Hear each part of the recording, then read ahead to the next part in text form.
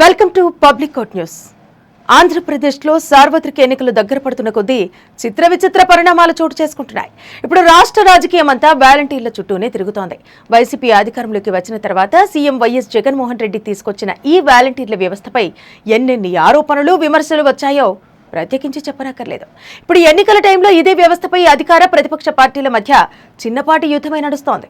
పెన్షన్ల పంపిణీ వాలంటీర్లతో చేయడానికి వీల్లేదని కేంద్ర ఎన్నికల కమిషన్ క్లియర్ కట్ గా ఆదేశాలు ఇచ్చిన తర్వాత రాజీనామాలు, వైసీపీ కోసం పనిచేస్తుండటం ఇలా పెద్ద హైడ్రామానే నడుస్తోంది. దీనికి తోడు రాజీనామా చేసే వాళ్లు చేసేయండి, అధికారంలోకి రాగానే తొలి సంతకం వాలంటీర్ల వ్యవస్థపైనే పెడతానని కూడా జగన్ చెబుతున్నారు.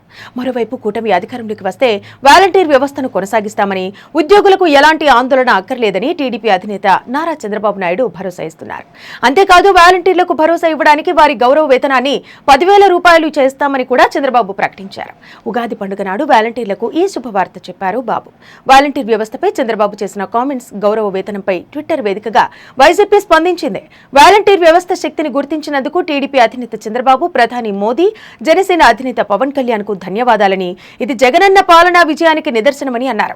అందుకే విపక్షాలు కూడా ఆదరించి పాటించాలని అనుకునేలా చేసిందని, మీరేం చింతించకండి, జూన్ 4న వైఎస్ జగన్మోహన్ రెడ్డి మళ్లీ ముఖ్యమంత్రిగా ప్రమాణ స్వీకారం చేయగానే వాలంటీర్ వ్యవస్థను పునరుద్ధరిస్తాం అని ట్విట్టర్లో రాసుకొచ్చింది వైసీపీ. దీనిపై టీడీపీ శ్రేణులు, వైసీపీ కార్యకర్తలు, వీరాభిమానుల మధ్య కామెంట్ల యుద్ధం నడుస్తోంది.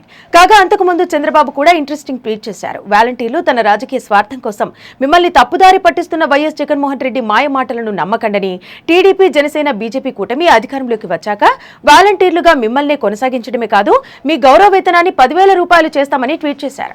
అంతేకాదు ఈ ట్వీట్ కు ఉగాది సందర్భంగా చంద్రబాబు మాట్లాడిన వీడియోను యాడ్ చేయడం జరిగింది. ఈ మధ్య కాలంలో వాలంటీర్ వ్యవస్థను ఉపయోగించి తద్వారా రాజకీయ లబ్ధి పొందాలని ప్రయత్నం చేశాడు. మోసం చేస్తున్నావు, దగా చేస్తున్నావు, అవకాశ బాధ రాజకీయం చేస్తున్నావు. ఇంకో పక్క రాజీనామా చేయకుండా పార్టీకి పనిచేయమంటున్నారు. ఎంత స్వార్థపరుడో మీరు అర్థం చేసుకోవాలి వాలంటీర్స్. అందుకే ఎన్డీఏ మేమందరం 3 పార్టీల కూటమికి హామీ ఇస్తున్నాం. మీ ఉద్యోగాలు తీసేయం, వాలంటీర్ వ్యవస్థ కొనసాగిస్తామని మరొక్కసారి మీ అందరికి హామీ ఇస్తున్నా. ఉగాది రోజున, పండుగ రోజున తీపి కబుర్ మీకు అందరికీ ఇస్తాం. 5,000 కాదు, మీకు రాబోయే రోజుల్లో 10,000 రూపాయలు పారితోషికం ఇచ్చే బాధ్యత మాది.